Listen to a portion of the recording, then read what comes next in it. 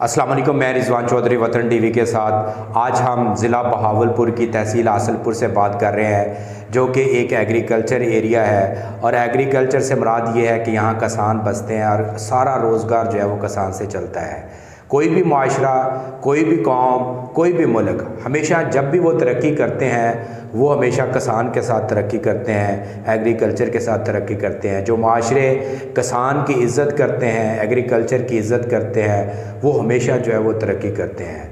और जो भी माशरे, जो भी कौमें किसान की इज़्ज़त नहीं करते वो कभी तरक्की नहीं करते। उसकी सबसे बड़ी वजह ये है कि किसान जो है वो फसलों को उगाता है और अपनी कौम को जो है वो खिलाता है। किसान खुशहाल है तो वो मुल्क खुशहाल है। लेकिन बदकिस्मती से हमारे पाकिस्तान में ऐसा नहीं है। जो खिलाता है उसके हमेशा जो है वो उसको मुश्किलात का सामना करना पड़ता है। हमारा 70% जो है लोग किसी ना किसी ज़रिए से किसान पे जो है वो रिलाई करते हैं। हमारा मुल्क किसान पे रिलाई करता है, लेकिन इसको वो इज़्ज़त नहीं मिलती जो मिलनी चाहिए। मैं एक छोटा सा किसान हूँ। मैं पढ़ने लिखने के बाद मैंने इस पेशे को अडॉप्ट किया क्योंकि इसमें हलाल रिज़्क है। जब मैं इस पेशे को अडॉप्ट करने के बाद इसकी ग्राउंड रियलिटीज़ को देखा तो इसमें अल्लाह ताला ने इंसान के लिए बहुत ज़्यादा रिज़्क रखा है और वो रिज़्क जो है वो मेहनत के साथ मिलता है, हलाल रिज़्क मिलता है। तो इसलिए मुझे खुशी हुई कि किसानों के साथ मिल के जो है वो काम करना चाहिए। जब किसानों की मैं सूरत हाल को देखता हूँ तो उसके साथ जो है वो हमेशा खिलवाड़ होता है, चाहे वो सतही लेवल हो या ऊपर का लेवल हो।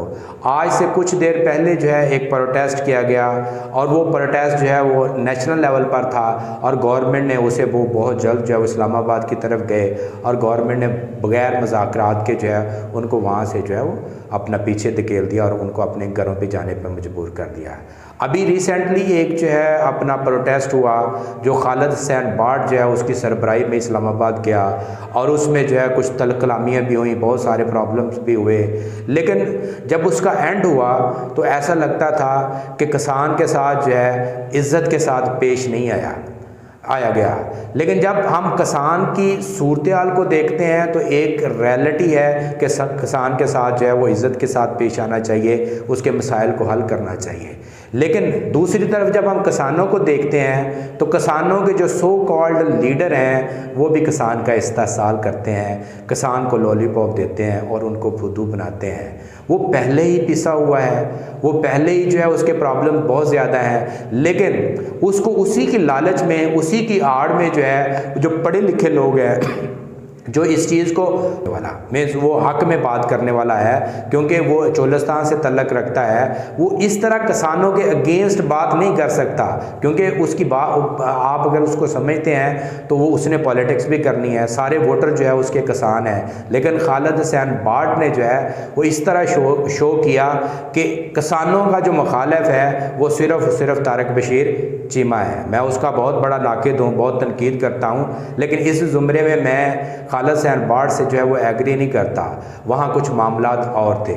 जब हम खालिद हुसैन बाट की बात करते हैं तो उसका जो रवैया है वो शहबाज शरीफ के साथ बहुत अच्छा है। मैं शहबाज शरीफ को वो लीडर मानता है, उसका मैंने इंटरव्यू भी किया, उससे मैंने बहुत सारी बातें भी पूछी।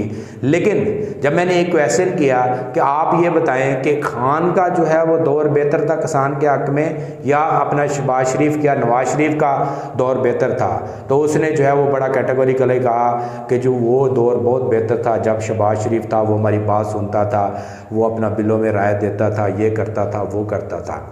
अगर वो किसानों के हक़ में बेहतर था तो अब क्या प्रॉब्लम हो गया? और इससे हमें पता चलता है कि उसकी जितनी भी ये काविश है, जितने भी ये स्ट्रगल है, उसके पीछे जो है वो कोई ना कोई एक एजेंडा था जिससे किसान के साथ जो है वो खेला गया। जब उससे मुज़ाकरात हुए, उससे बात हुई तो उसने सारे मुज़ाकरात जो है वो अब मुज़ाकरात की टेबल पे बिठा के वो मान लिया कि हम ये भी करेंगे, वो भी करेंगे। क्या ये एक लॉलीपॉप नहीं है? खाद उसी तरह महंगी मिल रही है, यूरिया उसी तरह जो है वो अपना नवाई से हट के रेट मिल रहा है, और DAP उसी तरह मिल रही है, बिलों का जो है रेट उसी तरह होगा। अगर वो कोई इस तरह का मामला है तो उसी टाइम जो है खादों पे भी उसका इम्पैक्ट पड़ना चाहिए था, बिलों पे भी उसका इम्पैक्ट पड़ना चाहिए था, तब किसान को जो है उसका फ़ायदा होता। किसानों से मेरी इल्तमास है, एक गुजारिश है कि आपके जितने भी लीडरान हैं पहले इनको देखें, क्या ये किसानों के हक़ में है? ये तो बड़े बड़े ज़िम्मेदार हैं, बड़े बड़े लैंडलॉर्ड हैं, ये तो ये खुद करप्शन करते हैं, इनके खुद जो है वो गवर्नमेंट के साथ जो है बड़े अच्छे अलाइंस होते हैं, गवर्नमेंट इनको सपोर्ट करती है। मरता है तो आम हारी मरता है, आम किसान मरता है जो छोटे लेवल का होता है। आप देखें कि जब अपना आप खाद लेने के लिए जाते हैं, यूरिया या DAP, कोई रेट कम करता है, दुकानों में जाकर आप देखें तो हर दुकानदार का जो रेट मुख्तलिफ होता है, तब क्या ये आपको सपोर्ट करते हैं? कभी भी नहीं। इनकी अगर आप खाद का अंदाज़ा लगाएं, ये खाद लेने जाएं तो इनको उसी रेट से मिलती है जो इनवाइस रेट होता है, बल्कि इनके घरों तक छोड़ के आते हैं।